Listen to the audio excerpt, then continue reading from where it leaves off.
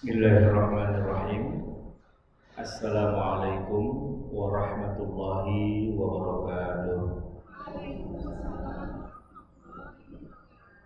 Alhamdulillah wassalatu wassalamu ala Rasulillah Sayyidina wa maulana Muhammadin ibni Abdillah wa ala alihi wa sahbihi wa man walah, amma ba'du. Ibu-ibu yang dirahmati Allah, alhamdulillah selalu dan senantiasa kita memanjatkan puji syukur kehadirat Allah Subhanahu wa taala, dan selalu juga diiringi dengan sholawat dan salam yang kita sampaikan kepada junjungan kita Nabi Muhammad sallallahu alaihi wasallam. Ini adalah judul yang cukup unik. Bolehkah kita memegang lebih dari satu mazhab? Nah, ini judulnya berupa pertanyaan. Nanti jawabannya boleh apa enggak boleh, ya ibu-ibu sendiri nanti yang akan menjawabnya. Nah, yang jelas kita harus bahas dulu, emangnya mazhab itu apa sih? Bermazhab itu ngapain gitu ya. Nah, ibu-ibu jamaah sekalian yang dirahmati Allah, sebenarnya kalau kita bicara mazhab atau bermazhab, kalau kita kembali ke zaman Nabi Muhammad SAW, ya tentu tidak ada mazhab dan tidak perlu bermazhab. Dan kalau ditanya mazhabmu apa, ya mazhabnya ya Rasulullah, ya kan? Lah mau bermazhab sama siapa? Mazhab Syafi'i. Ya Imam Syafi'inya aja waktu itu belum lahir. Beliau itu kan lahirnya tahun 150 Hijriah. Imam mazhab yang lain yang lebih senior gurunya, misalnya Imam Malik, baru lahir tahun 92 Hijriah. Atau yang lebih senior lagi misalnya Imam Abu Hanifah, juga baru lahir tahun 80 Hijriah. Sedangkan Nabi sendiri wafatnya tahun berapa, Bu? Nabi wafat tahun berapa, Bu? Dari sejak hijrah sampai ke wafat tuh Nabi berapa tahun? Ya. Wafatnya sejak dari hijrah sampai Nabi wafat tuh berapa tahun? 10 tahun, ya. Dari hijrah tuh tahun setelah Nabi diangkat gini-gini. Nabi diangkat jadi utusan Allah, jadi Rasul di usia 40, ya. Lalu beliau berdakwah di Mekah selama 13 tahun, ya. Setelah itu beliau hijrah ke Madinah, ya, selama 10 tahun. Setelah hijrah ke Madinah, terus Nabi kemana, Bu? Ya ke akhirat, meninggal gitu. Jadi kalau ngitung tahun hijriah itu kan dari sejak Nabi hijrah.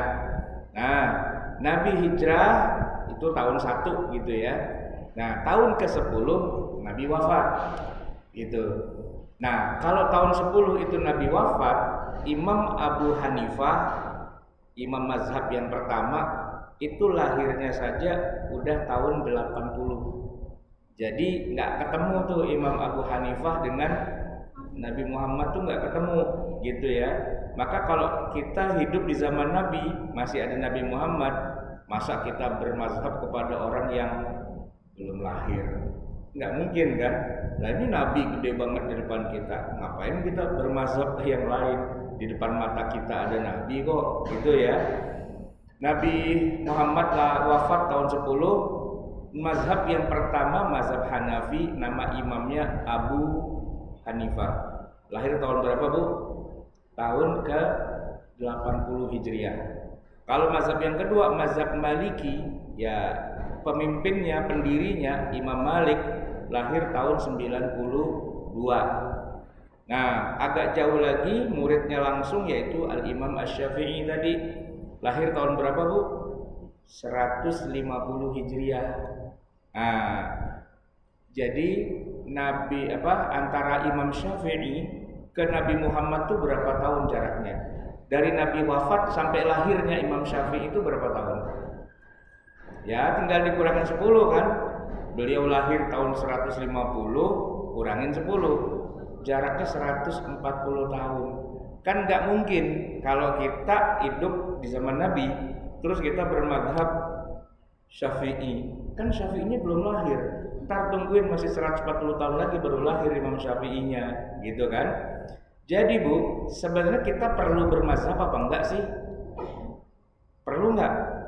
Nggak perlu kalau kita lahirnya di zaman Nabi. Nah, terus kenapa sekarang kita perlu bermazhab? Kenapa kita harus ikut mazhabnya? Ya karena kita salah lahir. Harusnya kita lahir di zaman Nabi. Kalau kita lahir di zaman Nabi, nggak perlu kita pakai mazhab. Bahkan tidak perlu berdalil pakai hadis Sahih Bukhari, Sahih Muslim, nggak perlu. Kenapa? Lah kan Imam Bukharinya juga belum lahir, Imam Muslimnya juga belum lahir, ya kan? Nah karena belum pada lahir dan di depan kita ada Nabi Muhammad gede banget di depan hidung kita, ya langsung aja kepada Nabi. Jadi kita perlu nggak sih merujuk masalah-masalah agama kepada mereka-mereka itu? Nggak perlu, karena di depan kita Nabi, kan gitu ya. Nah itu udah benar. Cuman yang jadi keblinger adalah orang hidupnya zaman sekarang terus dia bilang saya nggak perlu mazhab, saya langsung kepada Nabi. Nah ini orang salah lahir nih Bu. Lahirnya harusnya dia ngomong begitu, dia lahir di zaman Nabi harusnya. Kalau dia mau pakai belagu, tidak ada mazhab-mazhab, tidak perlu ulama, langsung aja sama Nabi. Nah kita tanya, emang lu ketemu sama Nabi? Enggak sih. Lah kalau nggak ketemu terus gimana dia bisa ngaku-ngaku langsung sama Nabi? Kan nggak ketemu langsung, ya kan? Nggak ketemu langsung. Kecuali nih Bu, nanti ditemukan mesin waktu. Nah, mesin waktu ya Bu ya. Kita masuk ke mesin itu, kita swing, tiba-tiba nongol di depan rumah Nabi. Jreng, Nabi mau kemana? Mau ke masjid, nyok bareng, nyok. Nah, gitu kan bisa Bu. Kalau pakai mesin waktu, ya kan? Tapi kan nggak ada mesin waktu itu. Jadi kita nggak pernah nih ketemu sama Nabi, ya kan? Kita ketemu sama, ya jangankan ketemu sama Nabi, itu imam mazhab yang 4 itu ya.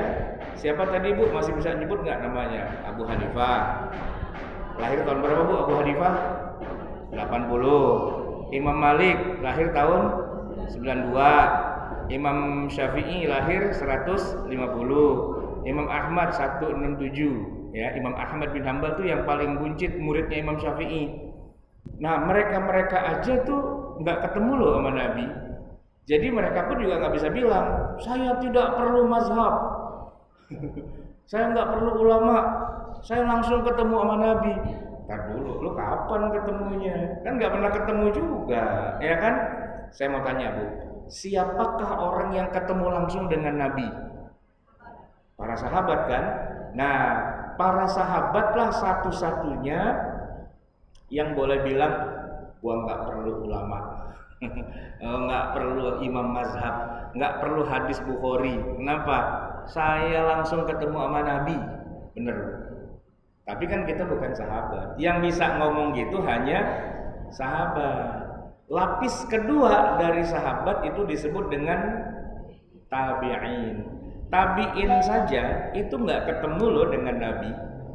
Tabi'in itu adalah orang yang ketemu dengan tabi'in, ketemu dengan sahabat, ya kan? Berarti ada perantara antara dia dengan Nabi.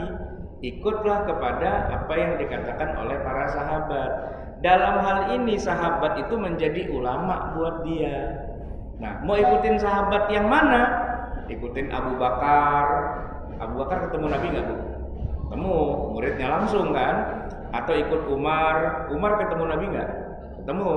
Atau ikut siapa lagi? Utsman, Ali, Aisyah, Ummu Salamah, Hafsah, banyak tuh para sahabat. Tapi generasi kedua itu yang disebut tabi'in nggak ketemu Nabi, ketemunya sahabat. Gitu. Sekarang saya tanya Bu, kalau nggak ketemu Nabi, ketemunya sahabat, kan berarti ikut sahabat dulu biar bisa ikut Nabi kan gitu ya. Ini pertanyaannya Ibu jawab deh. Kalau dua orang sahabat berbeda pendapat, itu ikut yang mana? Dua sahabat berbeda pendapat, ikut yang mana, Bu? Ikut yang mana? Dua sahabat berbeda pendapat, ikut yang mana coba?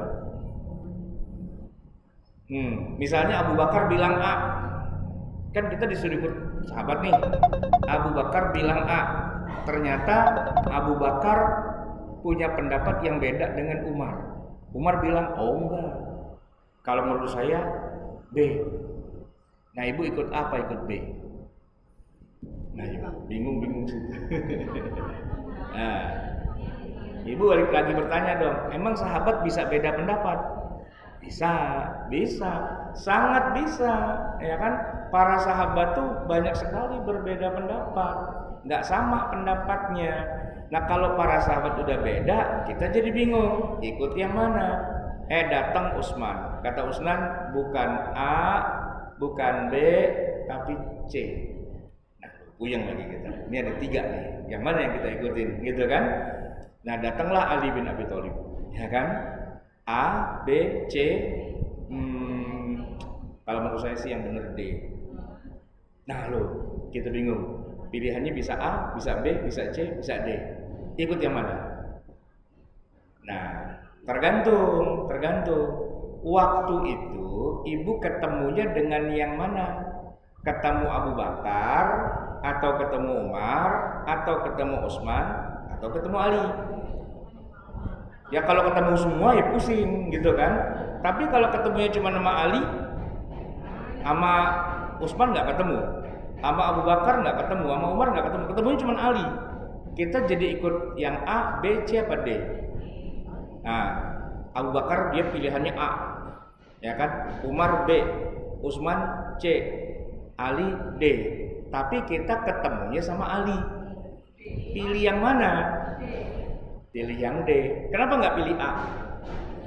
Orang nggak ketemu kok, ya kan? Nggak tahu ada pilihan A, nggak tahu ada pilihan B, nggak tahu ada pilihan C. Taunya cuman Ali doang ketemunya. Kebetulan Ali tetangga, ya kan? Ya mau nggak mau kita ikut apa yang dikatakan oleh Ali, karena apa yang dikatakan Ali itu udah representasi dari Nabi Muhammad juga kan. Nah sama aja, walaupun ada 4 pilihan, tapi saya itu ketemunya sama yang Ali. Jadi kalau saya ikut Ali, salah nggak? Nggak salah, gitu kan? Nanti mungkin saudara kita, teman kita, tetangga, keluarga ketemunya sama Abu Bakar. Terus dia pilihannya jadi A, boleh nggak? Boleh, kan tergantung ketemunya. Yang mana aja monggo, silahkan, kan gitu ya Bu ya. Baik, itu clue pertama sebelum nanti kita jawab. Kita boleh nggak punya mazhab lebih dari 1 ya, tapi itu dulu kita catat nomor 1. Nomor 2, Bu, Ibu, saya yakin banyak di antara yang hadir di sini udah pernah pergi haji, ya Bu ya. Sudah pada pergi haji kan? Belum. Umroh udah Bu, umroh. Udah lah ya, Bu. Kalau umroh itu yang paling bener tuh kita umroh dulu, setelah itu baru ke Madinah, apa kita ke Madinah dulu baru umroh? Tergantung tergantung travelnya dong, ya enggak? Tergantung travel. Kalau travelnya ke Mekah dulu, ibu ngotot, enggak, pokoknya saya mau ke Madinah. Nah, kagak bisa. Kenapa? Rombongan ke Mekah lu ngapain ke Madinah sendirian? Ntar juga nyasar sendirian, kan gitu, ya kan? Tapi kalau travelnya ke Madinah dulu baru ke Mekah, dan ibu pengennya ke Mekah dulu baru ke Madinah, itu namanya nyungsang Bu, ya kan? Ibarat bayi nyungsang itu, nggak bisa melahirkan kalau nyungsang itu, ya kan? Aduh, ini silu amat ini ya. Bisa nah gini, antara pintunya ditutup atau mobilnya dipindahin atau masjidnya dipindahin, yang mana nih?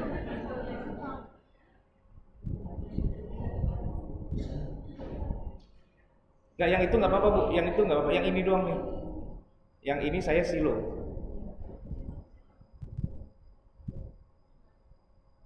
Masa mobilnya pindahin, kan nggak, kasihan ya yang di situ ya. Atau mataharinya yang kita pindahin. Ya, satu lagi Bu. Siap. Oke. Nah, berasa syuting film gitu ya. Jadi kita itu bermazhab apa tergantung sebenarnya nasib-nasiban Bu. Ya kan? Misalnya nih, tadi saya tanya ada nggak ibu yang udah pergi haji? Ada Bu, ikut pergi haji, ikut kloter-kloter awal. Biasanya kalau ikut kloter awal dia pasti ke Madinah dulu baru ke Mekah. Tapi kalau udah ikut-ikut kloter akhir, saya nih Bu, 2019 berapa tahun yang lalu sebelum pandemi banget tuh Bu, saya ikut haji. Nah, saya ikut kloter-kloter yang udah paling akhir tuh. Jadi begitu mendarat di Jeddah langsung 12 ke Mekah. Langsung bikin haji, ya kan? Selesai haji baru kita rame-rame ke Madinah. Kenapa nggak ke Madinah dulu baru ke Mekah? Lawang dapatnya saya kloter akhir kok, gitu kan? Nah, dapatnya kan itu namanya apa? Ya nasib, untung-untungan. Mau berangkat apa enggak? Ya kalau berangkat, dapat kloter berapa nggak tahu. Ntar lihat aja hasilnya dapat kloter yang keberapa. Saya haji 2 kali Bu. Terakhir itu 2019, tapi sebelumnya saya udah pernah haji lagi, tapi tahun 1991. 91 ibu udah lahir kan ya Bu ya? Udahlah, kan ibu bukan Gen Z, bukan milenial ya. Nah, 91 saya pergi haji Bu. Masih muda waktu itu, masih ganteng lah gitu kan. Sekarang ya masih ganteng juga sebenarnya. Nah, 91 itu saya berangkat haji kloter 4, gelombang pertama. Berarti ke Madinah dulu. Nah, sampai di Madinah itu belum ada orang. Kenapa? Karena pilot saya tuh mungkin mantan pembalap kali ya. Dia terbang semua pesawat yang lain, dia lewatin semua sama dia gitu. Jadi kloter 1, kloter 2, kloter 3 belum nyampe, kita udah nyampe duluan gitu. Judulnya kloter 4, tapi sampainya duluan. Sampai Madinah kagak ada orang. Belum ada jamaah haji gitu kan. Nggak kayak sekarang. Kalau sekarang jamaah umroh udah banyak. Kalau itu enggak. Dulu kalau lebaran tutup, nggak ada jamaah umroh, langsung haji. Nah, sampai di Masjid Nabawi kosong. Saya celingak-celingok, ini Masjid Nabawi kok sepi sih, pada kemana orang gitu. Belum Pak, ini belum waktunya haji, Bapak datang kecepatan katanya. Oh ya sudah gitu. Begitu juga dari Madinah ke Mekah juga belum ada orang. Orang saya tuh Bu bisa nyium Hajar Aswad 5 kali sehari. Oh, kagak ada orang.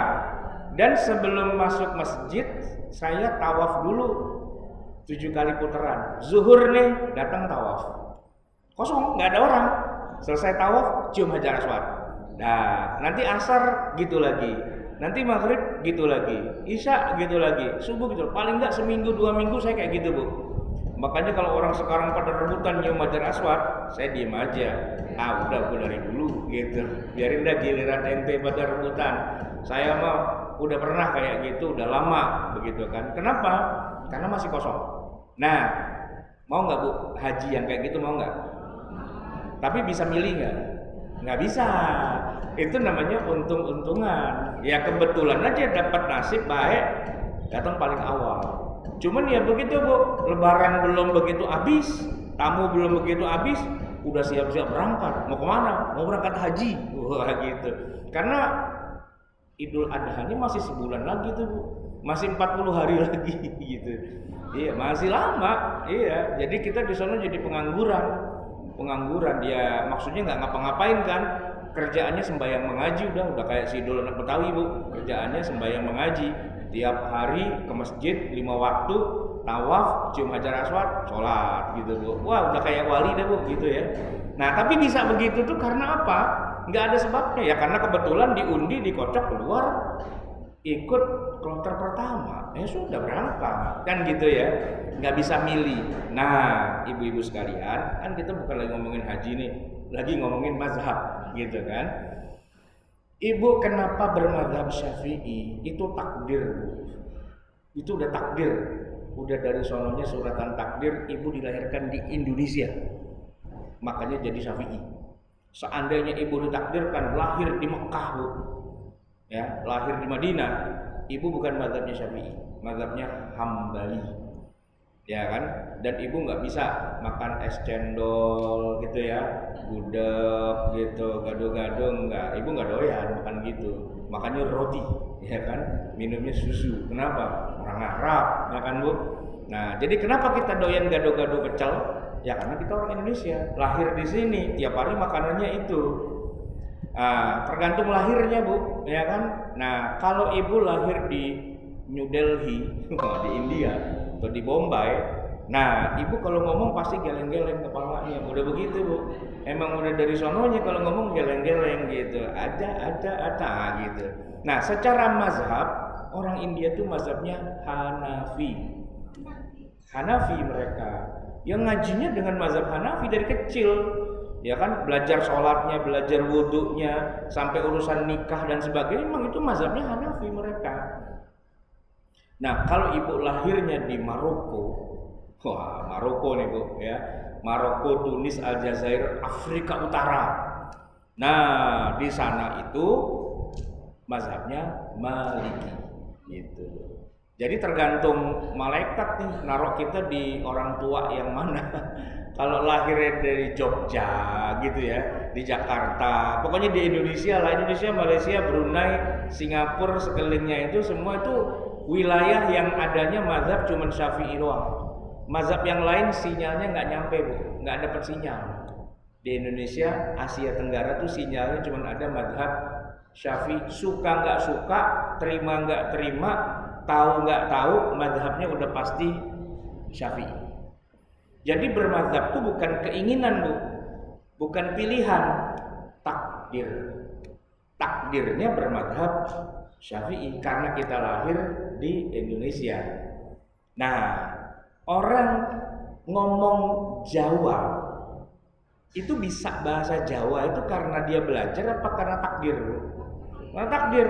Wong lahirnya di Solo, lahirnya di Jogja, ya otomatis kalau ngomong ngebas, ya kan? Nah, dia nggak bisa bilang Bandung, nggak bisa Bandung, nah gitu kan? Bogor, nah, dari Bogor ke Bandung, 12 ke Bondowoso, nah terus tekane Boyolali, ya itu semua jadi semua, ya kan?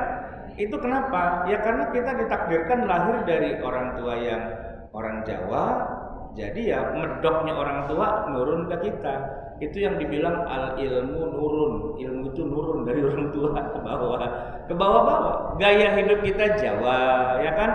Perasaan kita Jawa, itu kalau orang Jawa, ya kan?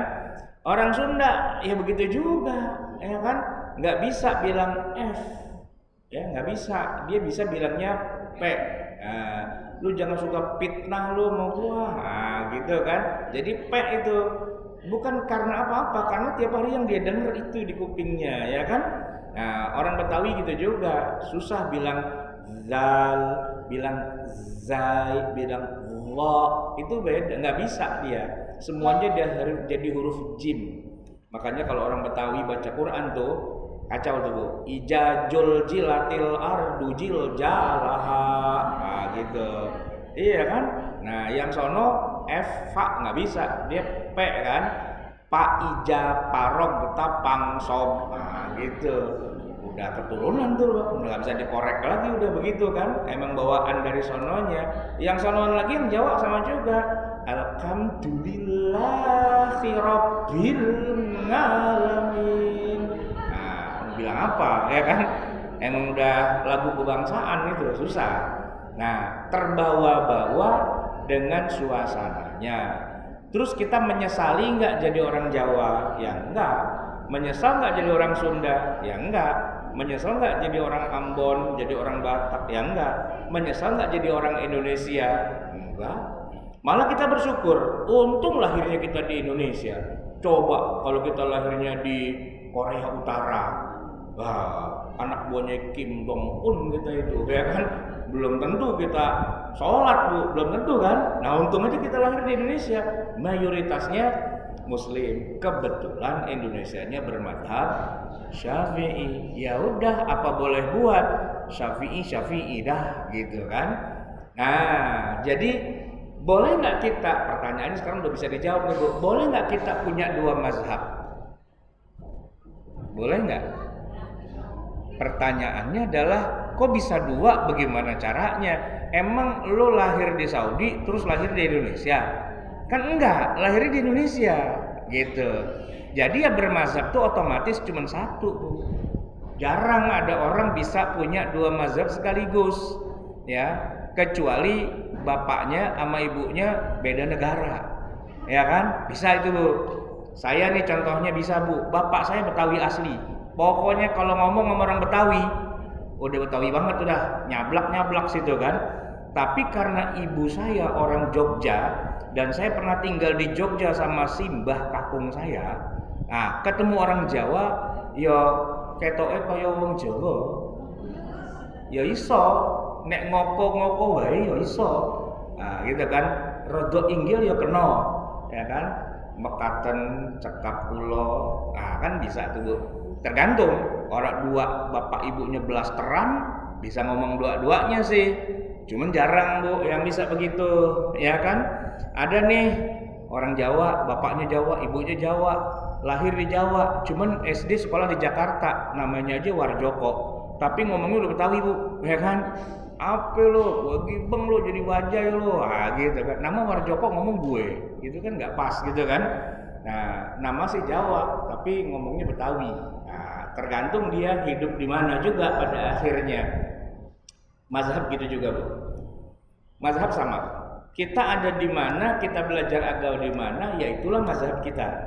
Karena kita di Indonesia, semua ulama di Indonesia kalau ngomongin fikihnya pasti Syafi'i. Suka tidak suka, ngaku tidak ngaku, otomatis Syafi'i.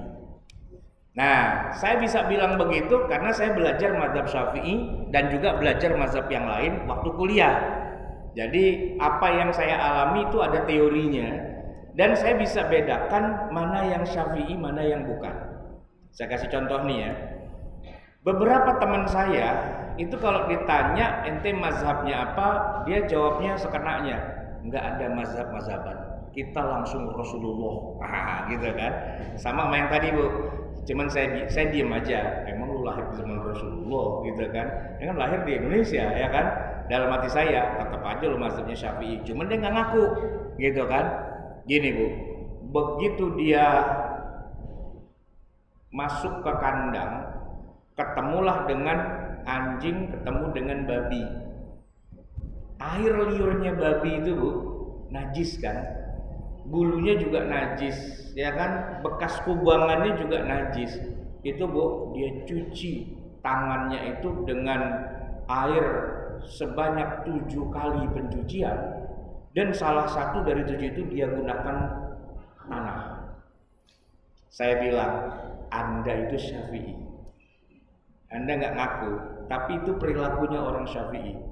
Enggak, saya nggak pakai Syafi'i. Tapi setahu saya kalau babi itu najis mughalladhah. Nah, yang ngomong kayak gitu cuma Syafi'i doang itu. Dari 4 mazhab, 3 mazhab itu nggak ngomong gitu Bu. Babi itu tidak najis mughalladhah. Babi itu cuma najis biasa saja. Megang babi cuci tangan selesai. Yang penting udah nggak ada baunya, nggak ada rasanya, nggak ada warnanya, selesai. Hanya satu-satunya mazhab Syafi'i saja yang mengatakan babi itu najisnya mughalladhah. Cucinya 7 kali, salah satunya pakai tanah. Hanya Syafi'i. Nah kalau dia begitu, saya bilang, ente nggak ngaku Syafi'i. Sebenarnya DNA ente itu tetap Syafi'i. DNA-nya tetap Syafi'i. Perilakunya Syafi'i. Dan itu masuk akal tuh. Ya kan dia dari kecil tinggal di Indonesia. Kalau dia belajar agama, ketemu guru agama di SD, ketemu guru agama di SMP, ketemu guru agama di SMA, ketemu guru ngaji, ketemu kiai, ketemu ustadz, semuanya itu mazhabnya Syafi'i. Ngomongnya sama. Babi najis mughalladhah, harus dicuci dengan air 7 kali, salah satunya dengan tanah. Itu bukti bahwa Anda itu mazhabnya Syafi'i. Ya kan? Nah, contoh yang lain. Ngomongin najis aja. Tubuh kena bukan babi sih, ini apa namanya, kotoran burung dara itu, apa namanya, sembarangan kita duduk di taman gitu Bu, kita duduk cek gitu kan, nggak berasa sih, tapi begitu habis sholat gitu kan, ya kayaknya lembek-lembek gitu kan, diciumin, ini dia nih kotoran burung. Bu, sholat lagi apa enggak? Sholat lagi apa enggak? Ya sholat lah, agak sah kan? Karena ini kotoran burung, nggak sah dong. Nah, kalau ibu nggak sholat lagi, ketahuan, berarti mazhabnya bukan Syafi'i. Kenapa? Kalau di mazhab sebelah, orang-orang Saudi itu mazhabnya Hambali Bu. Kotoran burung, kotoran ayam, kotoran kambing, kotoran kerbau, sapi, unta, hewan-hewan yang kalau disembelih dagingnya halal dimakan, kalau dia punya kotoran, kotorannya tidak najis, nggak najis. Jadi sholat belepotan tai ayam tuh santai aja dia. Nah kan kalau kita kan meringis-meringis, apaan tuh? Kayaknya ada belepotan itu, coba ciumin, ini kotoran ayam nih gitu kan misalnya. Kita ganti dong Bu, ya kan? Ganti baju dari mula. Kenapa? Dalam mazhab Syafi'i itu semua adalah najis. Kalau mazhab sebelah nggak najis, gitu. Contoh lagi nih Bu, masih ngomongin najis juga. Mazhab satu lagi Hanafi yang di Bombay, yang di India. Orang kalau, mohon maaf nih ya, kencing kurang rapi gitu Bu, muncrat kemana-mana, kena bajunya, kena celananya, kena sarungnya dan sebagainya, dia mah sholat aja bodo amat. Iya, karena dia bilang kalau najis cuma setetes 2 tetes mah nggak apa-apa. Baru kalau seteblak selebar telapak tangan air kencing baru itu najis. Kalau cuma setetes 2 tetes mah santai aja. Bisa nggak Bu kayak gitu Bu? Orang sholat tapi bajunya kena cipratan ompol, kena kencing tuh boleh nggak? Nggak boleh kan? Ibu pasti pernah dengar cerita di zaman Nabi ada orang diseksa di kuburan gara-gara. Nah itu cerita adanya cuma di Indonesia Bu, mazhab Syafi'i doang. Di sono di India nggak. Apa? Makanya di Islamabad di Pakistan, ini cerita istri saya sih Bu ya. Dia kan kuliah di Pakistan tuh Bu. Kalau Islamabad mah kotanya cakep banget itu Bu. Pedestriannya, trotoarnya itu lebar gitu kan. Cuman sebaiknya jangan jalan-jalan di trotoar walaupun lebar, walaupun rimbun. Kenapa? Karena semua pohon di sana bau ompol. Orang sana nggak boleh lihat ada pohon berdiri dikit, udah mau kencing aja di situ. Dan dia kencing kagak cebok, dan dia koprak-kapret. Kemudian udah gitu dia sholat aja, bodo amat. Kenapa? Karena dalam pandangan mereka tetesan air kencing itu bukan najis, gitu, bukan najis. Yang najis itu kalau selebar telapak tangan. Kita kan heran lihat kayak gitu Bu ya, heran. Nah tadi kan ibu pada bilang udah pernah umroh, Bu lihat nggak emak-emak dari India? Kalau dia tawaf, dia sholat tuh kakinya kelilingan Bu, mata kaki ke bawah, dia nggak pakai kaos kaki. Ini saya lihat ini Bu, semua pakai kaos kaki nih, ya kan? Saya tanya, kenapa ibu pakai kaos kaki? Ya karena mata kaki ke bawah kan aurat. Kalau ibu mau sholat nggak pakai kaos kaki, kagak sah. Yang ada kalau nggak punya kaos kaki, pakai mukena yang gombrong-gombrong, ya kan? Saking gombrongnya kalau di jalan keserimpet, gitu kan? Makanya kalau mau tawaf atau mau sa'i, ya pakai baju panjang tapi nggak terlalu gombrong, tapi pakai kaos kaki. Tapi emak-emak India tuh bangetan Bu, dia sholat kakinya kelilingan, ya kan? Kan kita nanya, emangnya sah sholat kayak gitu? Kata mereka, nih. Kenapa? Sah lah. Aurat wanita itu seluruh tubuh kecuali wajah, telapak tangan dan kaki. Mata kaki ke bawah itu bukan aurat, kata dia. Nah kalau ada orang ngaku, saya bukan Syafi'i, tapi dia pakai kaos kaki, iya itu sih Syafi'i cuma nggak ngaku aja, dia nggak tahu sebenarnya, gitu kan? So sebenarnya pertanyaan yang menjadi judul kita hari ini, bolehkah kita bermazhab lebih dari satu? Pertanyaannya kita edit Bu. Bisakah orang bermazhab lebih dari satu? Jawabannya nggak bisa. Kenapa? Ya tergantung dia tinggal di mana, ngaji sama siapa, gitu, ya kan? Kalau dia orang India, otomatis dia pasti Hanafi. Iya, nggak bisa enggak. Kalau dia orang Saudi, udah pasti dia Hambali. Kalau dia orang tadi mana Afrika Utara gitu ya, ya otomatis dia pasti Maliki. Kalau dia Malaysia, Indonesia, Brunei dan sekitarnya, otomatis dia pasti Syafi'i gitu ya Bu ya. Jadi kalau basically mazhabnya pasti Syafi'i. Cuma, nah ada cumanya nih. Kan yang namanya pelajaran agama kan banyak gitu Bu, ya kan? Nah, kadang-kadang ada yang belajar ngaji rajin, ada juga yang ngajinya rajin sih, cuman tidur mulu gitu ya. Jadi dia ngaji, cuman kadang-kadang dia nggak tahu yang mana nih yang harus dikerjain, sehingga ketika ada suatu masalah dia ngeblank. Yang mana ya? Gimana ya caranya ya? Nah gitu Bu.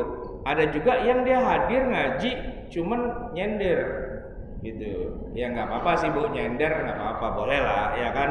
Kalau ngaji tegak terus gitu kan, nah kalau nyender kan lumayan lah. Walaupun pahalanya tetap lebih tinggi yang tegak Bu. Karena kalau dia nyender kan dia ya pahalanya kurang, kan bagi dua sama tembok ya kan. Bagi dua sama tembok ya nggak apa-apa. Cuman kadang-kadang yang nyender tuh kadang-kadang keenakan sambil dia ngelonjor, sambil dia ya merem-merem dikit gitu Bu, ya kan? Jadi pengajian dia nggak dengerin semua. Begitu pulang, apaan tadi itu ya dijelasin ya, orang ngorok gitu kan. Nah, pas bagian-bagian tertentu yang dia nggak dapat ilmunya, gitu kan. Nah, di situ terjadi bingung. Apa ya? Gimananya? Searching di Google. Nah, gitu. Ketemu Google tuh internasional. Kadang-kadang ketemu jawaban yang dari mazhab yang berbeda. Tapi kok kayaknya bagus ini. Pakai gitu, ya kan? Akhirnya basicnya mazhab Syafi'i istilahnya pangkal pohonnya mah pohon mangga Bu, gitu. Akar mangga, batang mangga, daun mangga, buahnya sebagian mangga, sebagian pisang. Nggak nyambung gitu kan. Tapi itu mungkin terjadi Bu di zaman sekarang, yaitu dimana orang kebanyakan yang nyendernya daripada yang tegaknya. Dalam arti ya kalau masih hadir sih masih dikasih tahu tadi diterangnya tuh mau guru begini. Nah ini Bu yang nggak ngaji agama sama sekali kan banyak. Nggak ngaji agama sama sekali. Saya gampang Bu bedain yang rajin ngaji sama yang enggak, itu gampang banget bedainnya. Yaitu apa? Giliran disuruh baca Quran, kalau bacanya bagus, makhrajnya bagus, ya kan, panjang pendeknya dapat, idgham, ikhfa, iklabnya cakep gitu ya, berarti dia dari kecil udah sering ngaji.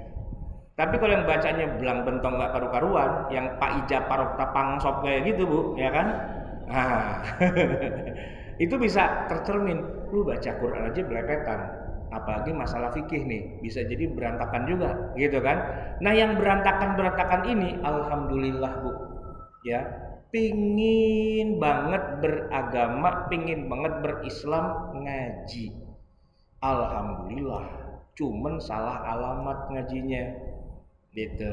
Ngajinya buka YouTube gitu, ngajinya buka Google, ngajinya buka ChatGPT, tanya. Nah masalahnya adalah yang jawab itu bisa jadi dari mazhab yang berbeda-beda. Nah akhirnya dicomot dipasang kan gitu ya. Boleh enggak? Nah itu yang jadi masalah. Boleh apa enggak kalau kayak gitu caranya? Kebanyakan comotannya dan yang aslinya enggak. Mau dibilang enggak boleh, nanti dia enggak sholat, ya kan? Nah, karena dia taunya itu Bu. Jadi lebih banyak belajar agamanya lewat internet. Enggak salah Bu. Cuman di internet atau di media sosial itu kan tidak ada jurusannya. Enggak ada jurusannya Bu. Karena bebas di situ, siapa aja bisa ngomong apa aja. Dan yang paling parah, nih yang paling parah yang saya perhatikan, yang ngomong agama itu rata-rata kebanyakannya nggak pernah belajar ilmu agama. Itu yang parah Bu, ya kan? Kalau nih misalnya dari kecil dia udah ngaji, udah di pesantren, udah di guru, udah belajar tuh kitab-kitab fikih semua, udah paham lah gitu ya. Terus dia ceramah tentang sholat, puasa, zakat dan sebagainya, pasti ilmunya ada sumbernya tuh. Yaitu apa yang dia pelajari selama ini kan. Oke. Tapi kalau yang dari kecil nggak ngaji agama, tiba-tiba udah gede punya kesadaran Islam yang tinggi, Itu kalau dia ceramah harusnya nggak boleh tuh ngomong-ngomong yang kaitannya dengan ilmu fikih. Kenapa? Karena kan dia nggak belajar. Tapi permintaan pasar, nah ini dia Bu yang jadi masalah. Dia nggak belajar fikih, ditanya fikih, dijawab salah, kagak dijawab gengsi. Itu masalahnya Bu, ya kan? Nah sehingga jawabannya rada-rada ngambang, jawabannya kesono kemari, jawabannya tidak ada rujukannya. Bukan nggak boleh, tapi harus tahu rujukannya apa. Nah saya kasih gambaran gini Bu. Kebetulan saya dikasih rezeki nih sama Allah, ya. Saya bisa dari kecil ngaji, bapak saya, ibu saya kebetulan pada kuliah di Mesir di Azhar, ya mau nggak mau saya dari kecil udah ya dipaksa jadi ustadz gitulah, ya kan? Bukan dipaksa sih Bu, bapak saya ngisi pengajian, saya main di sini Bu, main mobil-mobilan. Ibu saya ngajar nih, karena ibu saya lulusan dari Al-Azhar, ngajar nih di sekolah. Saya di sini main. Kadang-kadang saya ngambil kapur, terus papan tulis saya gambar-gambarin gitu kan.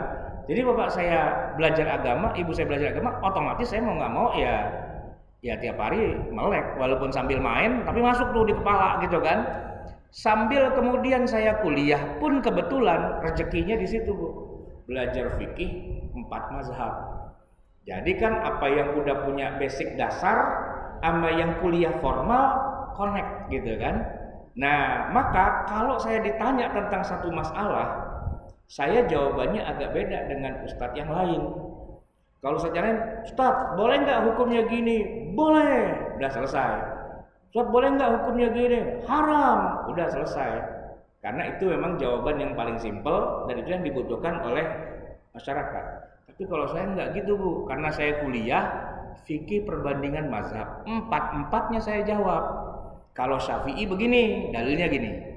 Kalau Hanafi begini, dalilnya gini. Kalau Maliki gini, dalilnya gini. Kalau Hanafi gini, dalilnya gini. Kan 4 tuh Bu. Sebenarnya itu jawaban saya udah ilmiah banget Bu. Cuman yang dengerin pada pusing. Ya Pak Ustadz panjang banget jawabannya. Yang gampang aja dah gitu. Ya kalau yang gampang karena kita mazhabnya Syafi'i aja.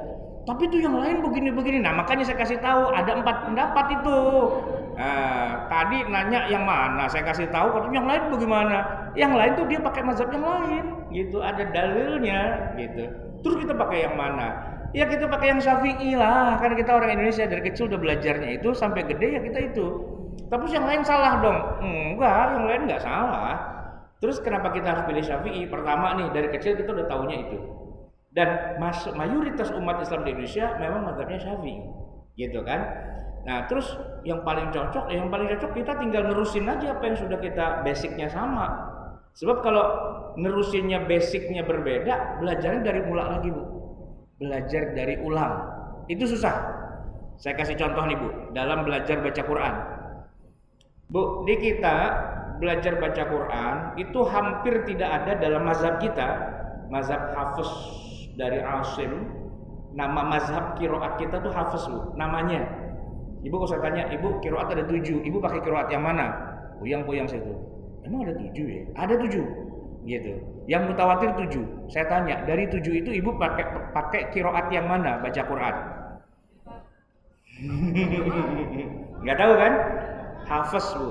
Kita se-Indonesia Raya merdeka itu semuanya pakai Hafiz dari Asim. Dan Hafiz itu tidak ada imalah sedikit pun sepanjang Quran kecuali 1 doang. Bismillahirrahmanirrahim wa mursaha reha. Bismillahirrahmanirrahim. Kan tulisannya majroha, tapi dibacanya majreha, itu namanya imalah. Satu-satunya imalah dalam mazhab kita itu cuma di majreha. Tapi kalau di seberang sana qiraat yang lain baru juga baca Sabbihisma rabbikal a'li alladzi khalaqa fasawwi walladzi qaddara fahadi walladzi akhrajal mar'i. Ini bukan orang Betawi dikit-dikit itu dari Nabi. Cuman kita nggak belajar. Kenapa? Karena di Indonesia yang ngajar belajar baca Quran cuman 1 mazhab itu doang, yaitu mazhab Hafiz dari Asim gitu. Nah saya kasih contoh lagi Bu, baca Al-Fatihah. Ya, Ibu nih, saya baca, Ibu bilang benar apa salah? Ar-Rahmanir Rahim, Maliki Yaumiddin. Benar apa salah, Bu? Gimana, Bu? Yang benar? Hah? Ah, kata Ibu salah. Yang benar gimana, Bu? Maliki Yaum. Ini yang hafaz yang itu, Bu. Kalau yang bacanya pendek, Maliki Yaumiddin, itu bukan hafaz gitu. Ya, Ibu nggak salah juga. Kalau masalah boleh. Kalau masalah boleh. Tapi kalau hafaz itu bacanya Maliki Yaumiddin. Nah, saya baca lagi nih, Bu. Ar-Rahmanir Rahim, Maliki Yaumiddin. Boleh nggak, Bu? Nggak boleh kan? Salah dong. Kalau guru ngaji ada murid, apa itu? Ar-Rahmanir Rahim, Maliki Yaumiddin. Salah lagi. Kalau mau disambung, Ar-Rahmanir Rahim, Maliki Yaumiddin. Kan gitu ya, Bu ya. Masa Ar-Rahmanir Rahim, Maliki Yaumiddin salah gitu kan? Nah, tapi itu nggak salah sebenarnya. Itu benar. Tapi itu qiraat yang lain gitu. Nah, kalau kita ngarang sendiri, Bu, boleh nggak? Katanya kalau salah-salah boleh. Ya nggak bisa. Bismillahirrahmanirrahim, kagak boleh. Itu namanya nginjak-nginjak Quran gitu. Jadi kan kalaupun mau beda, Ibu belajar dulu. Belajar dari mula. Qiraatnya hafaz gitu udah luar kepala. Tapi kalau qiraatnya Qalun, ya kan, Kisai, Hamzah, Abu Umar dan sebagainya, wah itu dari mula lagi kita belajarnya. Dan malas juga, ya kan? Malas juga. Saya aja malas, Bu. Tapi karena itu pelajaran saya, ada mata kuliah namanya Qiraah Sab'ah. Gitu kan? Qiraah Sab'ah. Jadi saya diuji sama dosen saya, Kiai Haji Ahsin Sako, disuruh baca Quran dengan qiraat yang berbeda-beda. Terus yang beda-beda itu suka tahu. Kalau yang Maliki Ar-Rahmanir Rahim, Maliki itu bacaannya siapa? Lah kan pusing. Ngapalin, Bu? Ngapalin susah tuh. Orang Fatihah aja saya nggak hafal-hafal. Apalagi di bagian akhir tuh. Saya kebalik-balik mulu. Kan ada yang bacaannya gini. Siratal ladzina an'amta 'alaihim. Itu kita biasa kan?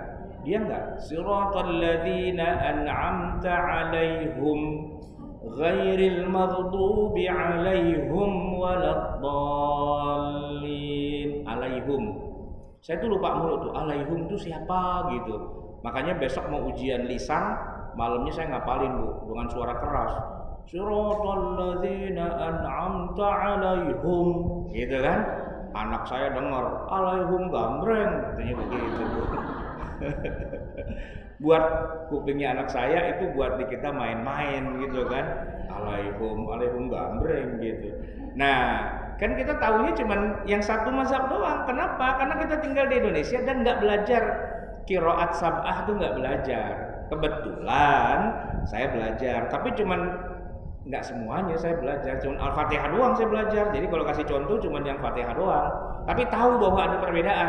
Terus pakai yang mana? Ya yang udah selama ini kita belajar. Nggak usah pakai sok belagu, wah gue bisa nih yang lain gitu kan. Nanti orang pada teriak, Bu. Karena ada juga tuh, ada ustadz yang baca tadi Ar-Rahmanir Rahim, Maliki Yaumiddin, di belakang teriak Subhanallah gitu. Jadi kira salah, Bu. Padahal kan enggak, cuman makmumnya aja kurang pinter gitu kan. Nah makanya belajar itu harus gitu, dan jangan terburu untuk nyalain orang gitu ya. Jadi mazhab kita mazhab apa? Ya dari awal memang Syafi'i gitu. Kalau ada yang bingung-bingung, bertanyalah kepada yang ngerti mazhab Syafi'inya. Ustadz mau tanya, hukumnya wanita kalau udah 15 hari haid darahnya keluar terus, itu gimana hukumnya? Apakah itu dianggap haid juga? Apakah itu istihadah? Nanti dijawab, kalau Syafi'i begini, kalau Hanafi begini, kalau Hambali begini, kan gitu ya. Terus kita pakai yang mana? Ya kita pakai Syafi'i, kan Syafi'i itu yang. Terus yang lain salah apa enggak? Ya kita sih nggak bilang salah, tapi sesuai dengan alurnya, dari basicnya kita Syafi'i, kita tinggal terusin aja. Nah terakhir nih, Bu, yang jadi masalah, hampir tidak kita temukan para ustadz yang bisa memberikan pandangan yang lengkap tentang 4 mazhab. Dia ngerti ilmu fikih, tapi dia taunya fikih Syafi'i doang, dan seolah-olah yang paling benar cuman itu. Kalau nggak begitu sama dia langsung salah gitu kan. Nah, padahal kita udah melakukan yang nggak sesuai itu. Jadi kesannya kita kayak disalah-salahin mulu. Nah, padahal kan harusnya nggak gitu. Yang ibu lakukan selama ini sudah benar. Cuman emang ibu salah urat itu bu sebenarnya. Ibarat orang tuh jatuh ya kan kedeol salah urat, mesti diurutin biar balik lagi uratnya sesuai. Kalau enggak ntar jadi bengkak, ntar jadi memar, ntar jadi masalah. Dibenerin lagi uratnya biar sesuai. Karena apa? Memang salah satu kelemahan kita enggak dari kecil ngaji fikih yang satu mazhab itu, ya kan?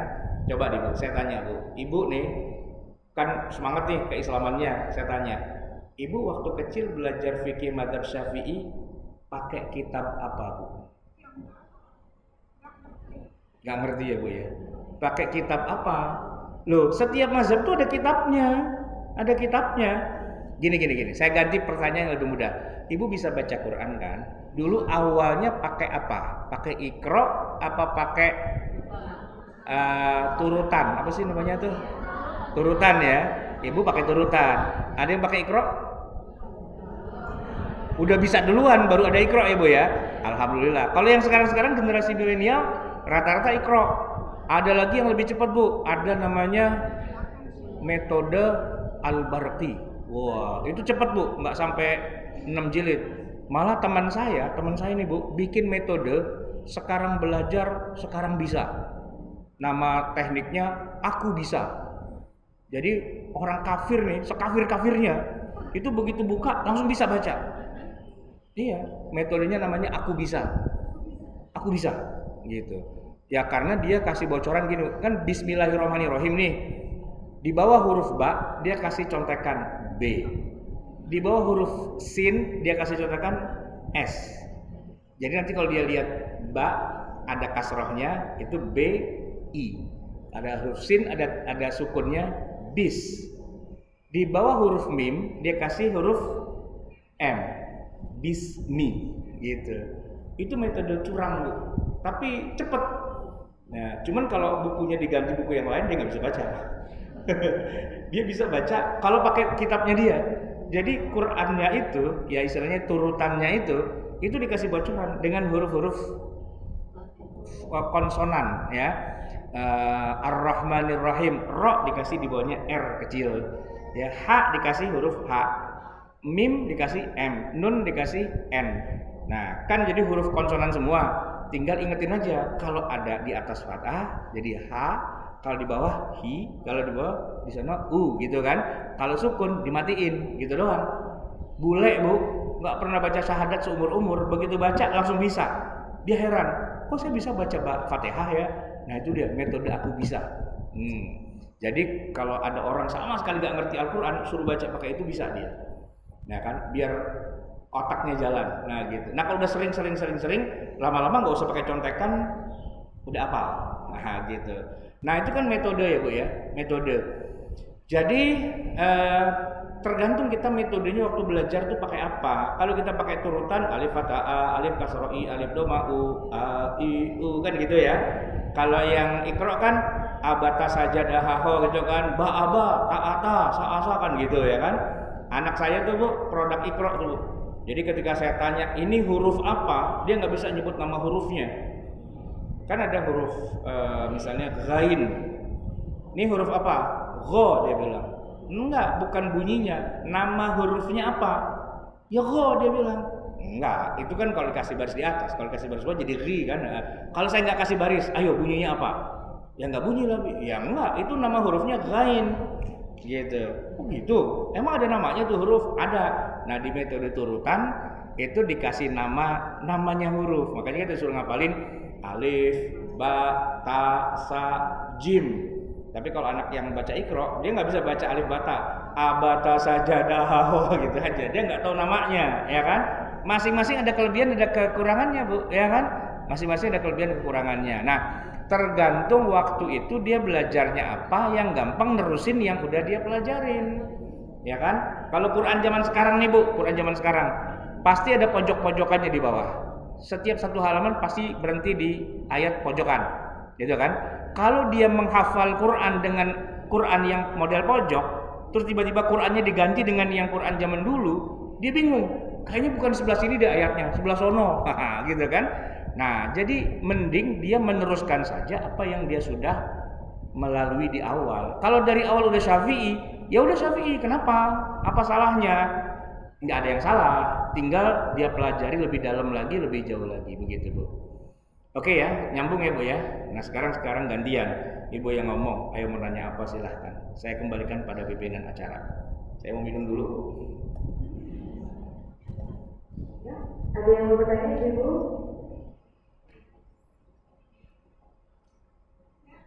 Hanya mau yang bertanya Pak, hanya mau bilang saya sendiri kalau waktu pulang dari haji kan dibagi Al-Quran. Assalamualaikum warahmatullahi wabarakatuh. Waalaikumsalam. Pada waktu pulang haji kami kan dibagi oleh Raja Saudi dengan Al-Quran salah satu. Tapi saya sampai sini saya nggak begitu pas baca dari malam itu nggak bisa, jadi sampai sekarang ya saya baca yang terbitan Indonesia, saya nggak bisa Pak baca Quran dari halaman itu nggak bisa. Ya. Gitu Pak. Ya. Nggak tahu bagaimana. Iya, itu kan beda metode penulisannya. Ya, Quran Ibu dari kecil udah belajar Quran yang versi Indonesia kan. Kalau kasih Quran yang dari Saudi terbitan dari dari Malik Fahad itu ya. Ya dari Madinah itu bingung itu bacanya. Iya bingung karena metode penulisannya beda. Ya udah Ibu pakai yang lama aja. Yang selama ini udah cuman agak jarang terbitan yang kayak gitu Bu sekarang. Terbitan yang baru rata-rata pakai yang dari Madinah gitu. Kebanyakannya. Saya pun juga dulu merasa udah pakai Quran yang lama, cuman karena saya punya Quran Madinah kok lebih cakep gitu kan. Akhirnya saya lebih sering pakai yang Madinah itu. Ya pertama konversinya agak-agak susah sih, tapi akhirnya udahlah pakai yang Madinah itu kayaknya lebih enak begitu kan. Itu bebas sih pilihannya. Tapi kalau rata-rata gitu ya, ibu-ibu yang usianya sudah lumayan tinggi itu ya, kalau baca Quran dikasih yang Madinah itu dia bilang saya nggak bisa baca nih, gitu persis gitu. Quran yang lama aja katanya, yang lama udah soek-soek nih, udah brodol-brodol gitu. Nggak apa-apa, saya lebih bisa baca yang lama, yang kertasnya warna kuning ya Bu ya. Iya, oke. Ya silakan Bu, ada pertanyaan yang lain? Covernya bagus Pak. Ya, covernya baru, tapi cetakannya dari ngambil yang lama di copy sama dia. Ya Bu silakan. Assalamualaikum warahmatullahi wabarakatuh. Waalaikumsalam warahmatullahi wabarakatuh. Bagaimana cara kita kan masaknya satu ini Mas. Ya. Terus kita kasih tahu ke anak kita, kamu ikut satu ya, itu apakah nanti dengan otomatisnya dia sendiri yang mau pakai masyarakat itu Pak? Oh, ini pertanyaan bagus banget. Sekaligus ngingetin saya, tadi saya belum selesai tuh nyampeinnya. Terima kasih nih Bu. Gini Bu, kita nggak bisa bilang sama anak kita, Syafi'i ya, nggak bisa Bu, nggak bisa. Ya, jadi gini, ibu pengen anak ibu suka ayam, misalnya nih ya ibu jangan, pokoknya harus makan ayam ya, nggak bisa begitu. Tiap hari di rumah sediain aja ayam, ya nggak? Tiap hari gitu kan, dari sejak dia masih kecil, masih bayi pun sodorin aja ayam. Lama-lama dia doyan Bu. Kenapa? Karena emang itu yang tersedia di rumahnya dan itu yang dia doyanin gitu loh, ya kan? Maksudnya gini Bu, ibu pengen anak-anak ibu nanti bermazhab Syafi'i. Sekarang saya tanya, anak ibu belajar agama di mana? Sama siapa? Gitu. Kalau ibu lepas begitu aja, ya dia seketemunya, ya nggak? Nah, tapi kalau ibu pengen dia bermazhab Syafi'i, gampang banget. Les seminggu 2 kali ya. Les apa? Les fikih. Ini bukunya sesuai dengan mazhab Syafi'i. Ustadznya bermazhab Syafi'i. Ajarin. Bu, nggak usah lama-lama Bu. Les seminggu 2 kali, setahun aja dia jadi ulama loh di depan teman-temannya. Kenapa? Karena temennya belum tentu ada les gitu. Temennya kan les matematika, ya nggak? Les Inggris, les piano, les balet. Tapi nggak ada loh les fikih. Pernah nggak Bu? Ada yang les fikih? Nggak ada kan? Gimana ibu mau punya anak bermadzhab Syafi'i les fikih aja nggak pernah? Ayolah, les agama penting itu. Dan agamanya bukan sekedar agama secara umum, ngaji, belajar fikih. Oke, fikihnya bermadzhab Syafi'i. Ada gurunya, ada muridnya, dan enaknya kalau les kan muridnya paling cuman 1, 2, 3 orang doang. Nah, kalau gurunya pintar, anak tuh kan serba pengen tahu. Dia pasti tanya ini, tanya itu, tanya ini, tanya itu. Ya enggak? Saya udah buktikan itu karena saya udah melakukan sendiri, Bu. Anak saya tuh nggak pernah masuk pesantren. Nggak pernah seumur-umur. Pernah masuk lewat doang pulang lagi. Udah daftar, Bu.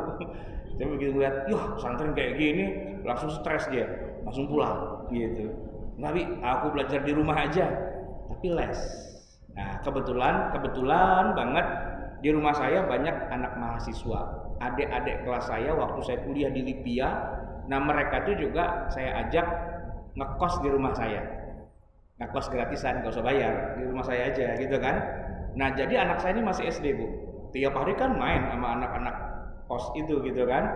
Nah, di situ dia belajar jadi banyak, gaulnya nih sama calon-calon ulama semua gitu kan. Berapa kitab selesai itu, Bu. Ya kan, berapa kitab selesai. Jadi anak saya SD, SMP, SMA 26. Tebet. Ikut tes Azhar, masuk, Bu. Azhar. Mesir. Gitu. Dan itu bukan dari pesantren. Yang dari pesantren ya ada yang keterima, ada yang enggak. Tapi anak saya bisa masuk. Kenapa? Karena les gitu. Dan lesnya emang les yang serius gitu kan. Emang niatnya saya mau masuk Al-Azhar. Bu, di mana-mana orang tua pengen anaknya biar masuk Al-Azhar, anaknya yang ogah. Kalau saya kebalik, kamu gak usah ke Al-Azhar. Kamu ke umum aja. Kamu jadi dokter kayak jadi apa? Enggak, saya mau masuk Al-Azhar. Gitu. Nah, terus saya bilang, masuk Al-Azhar itu nggak gampang loh, syaratnya harus bisa baca kitab, harus gini. Iya nggak apa-apa. Oh, dia belajar, Bu. Les. Semua anak kos di rumah saya ada kali 10 orang ditodong-todongin, Bu. Nggak ada satupun yang nggak ditodong sama dia. Ajarin ini dong, ajarin ini, gitu, Bu. Akhirnya dia pintar sendiri ujung-ujungnya, gitu kan. Jadi dari SMA, tapi bisa masuk Al-Azhar Mesir, ya kan. Nah, besok saya mau ke sana nih, Bu, mau wisuda ceritanya gitu. Nah, itu kan gini, Bu.